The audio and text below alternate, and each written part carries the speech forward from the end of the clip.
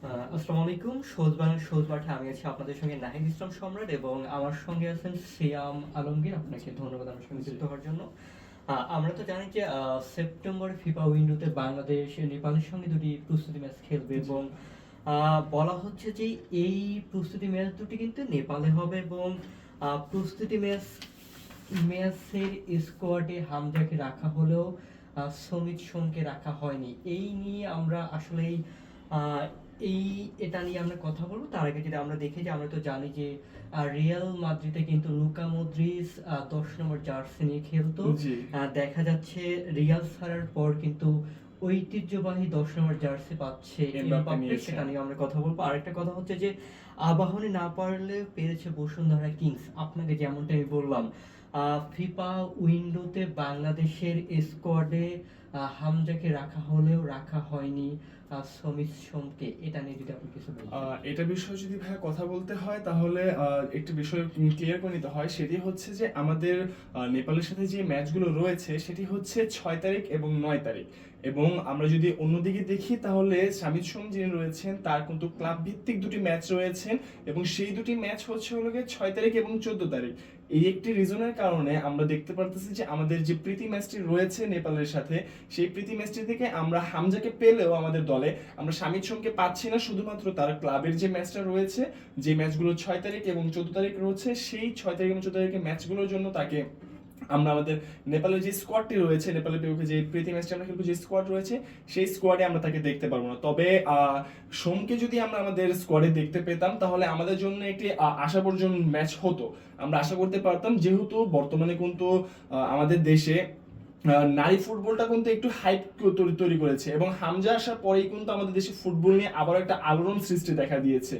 তো হামজাকে স্কোয়াডে পাওয়াটা খুবই দারুণ একটি বিষয় এবং হামজাকে স্কোয়াডে পাওয়ার পরবর্তীতে কিন্তু শামির সোম রয়েছেন, মুসলিম রয়েছে এবং অনেক ভালো ভালো ফুটবলার আমাদের দেশে রয়েছেন। আচ্ছা, এখানে একটা প্রশ্ন হচ্ছে কি, আমরা তো জানি যে ফাহমিদুল, কিউবা মিচেল, জি। এদেরকে কি রাখা হয়েছে স্কোয়াডে? জি, আমাদের তথ্য মতে এদের সবাইকে রাখা হয়েছে, 24 জনের স্কোয়াড তৈরি করা হয়েছে এবং সেই স্কোয়াডের মধ্যে শুধুমাত্র আমরা শামিত সোমকেই দেখতে পাচ্ছি না তার এই ক্লাব ভিত্তিক ম্যাচগুলোর জন্য।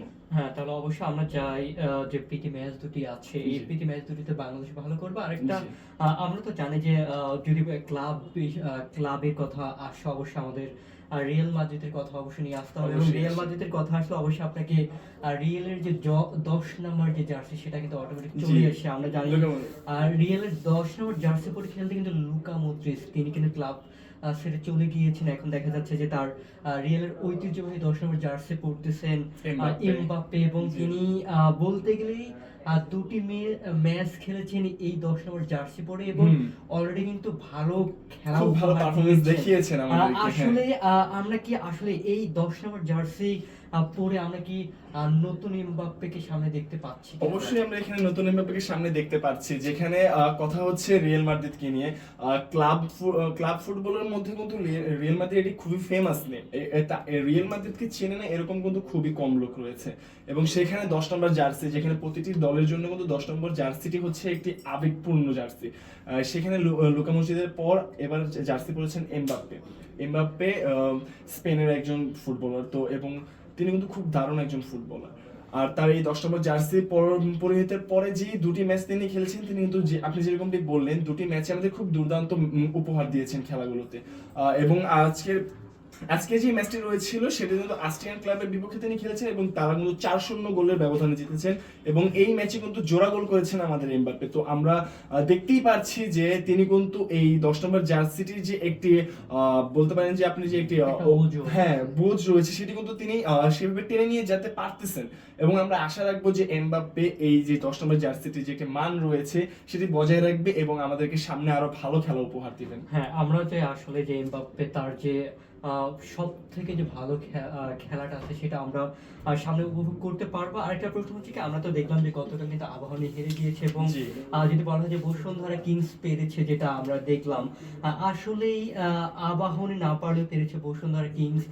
বসুন্ধরার সামনে চ্যালেঞ্জগুলো কি কি আছে এটা যদি আচ্ছা, বসুন্ধরার সামনে চ্যালেঞ্জগুলো বলার আগে যদি আমি একটু বলতে চাই, আবাহনী না পারলেও পেরেছে বসুন্ধরা। এখানে বসুন্ধরা তো পেরেছে বটেই, কিন্তু এখানে কিন্তু একটি বিষয় লক্ষ্য করণীয়, বসুন্ধরার যিনি হেড কোচ তিনি কিন্তু দাগ আউটে উপস্থিত ছিলেন না। তিনি দাগ আউটে উপস্থিত না থাকার কারণে কিন্তু সহকারী কোচ সৈয়দ গোলাম জিলানী এবং মাহবুব হোসেন রক্সি কিন্তু দলের হালটি সামনে নিয়েছিলেন, এবং এই দুইজন সহকারী কোচের বিনিময়ে কিন্তু আমাদের বসুন্ধরা কিংস তাদের ম্যাচটি খেলেছিলেন, এবং সেই ম্যাচটিতে তারা খুব ভালো একটি পারফরমেন্স আমাদের দেখিয়েছেন, এবং দলের হয়ে একটি মাত্র গোল করেছেন ইমানুল সানডে, এবং তিনি এই এক গোল করেই কিন্তু আমাদেরকে 1-0 গোলের ব্যবধানে এই ম্যাচটি জিতিয়েছেন। এবং বসুন্ধরার জন্য পরবর্তী যে সাফল্যগুলো বলতে পারেন, বা আপনি যেটি বলেন যে চ্যালেঞ্জগুলো, সেই চ্যালেঞ্জগুলো যদি বিষয়ে বলি, তাহলে আমরা যেরকমটি দেখলাম যে আমাদের হেড কোচ, যার কিনা এরকম এফএফসি চ্যালেঞ্জ লিগের মতো একটি লিগে এটি কিন্তু প্রথমবারের মতো যে কোনো ক্লাবের হেড কোচ ওখানে উপস্থিত ছিলেন না, এই বিষয়টি কিন্তু খুবই একটি নিন্দনীয় বিষয় হয়ে দাঁড়াবে যদি আমরা এর পরবর্তী ম্যাচগুলোতে আমরা আমাদের হেড কোচকে না পেয়ে থাকি। তো আমরা আশা রাখতেছি যে আমরা এর পরবর্তী যে ম্যাচগুলো রয়েছে সেই ম্যাচগুলোতে আমরা আমাদের প্রতিটা ক্লাবের হেড কোচকে পাবো এবং সহকারী কোচদেরকেও পাবো।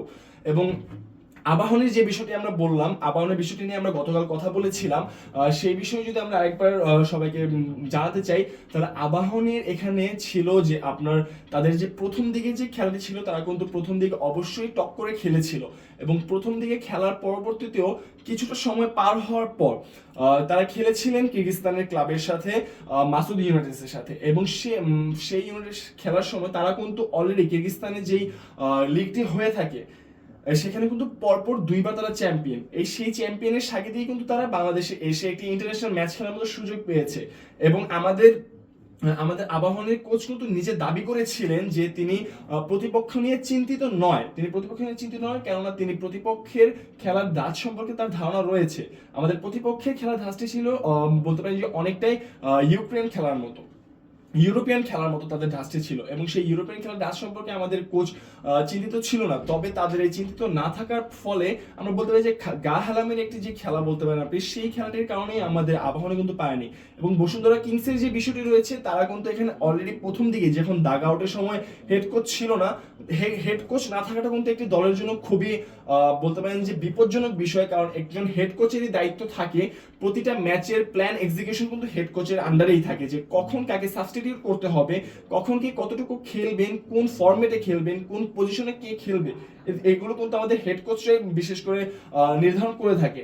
এবং এরকম একটা ম্যাচে, এফএসসি লিগের মতো একটা ম্যাচে হেড কোচ না থাকাটা খুবই নিন্দনীয় একটা বিষয়। তো আমরা আমাদের বসুন্ধরা কিংস এবং আবাহনের জন্য পরবর্তী সকল চ্যালেঞ্জ এটাই থাকবে যে তারা যেন তাদের খেলাগুলোকে আরেকটু ইমপ্রুভ করেন, এবং আমাদের সকল কোচরা যেন আমাদের প্লেয়ারদের প্রতি তাদের দৃষ্টিটা একটু বৃদ্ধি করেন, এবং সকলকেই প্র্যাকটিসের অনুশীলনের জন্য সেরকম একটি ফর্মালিটি করে দিতে পারেন।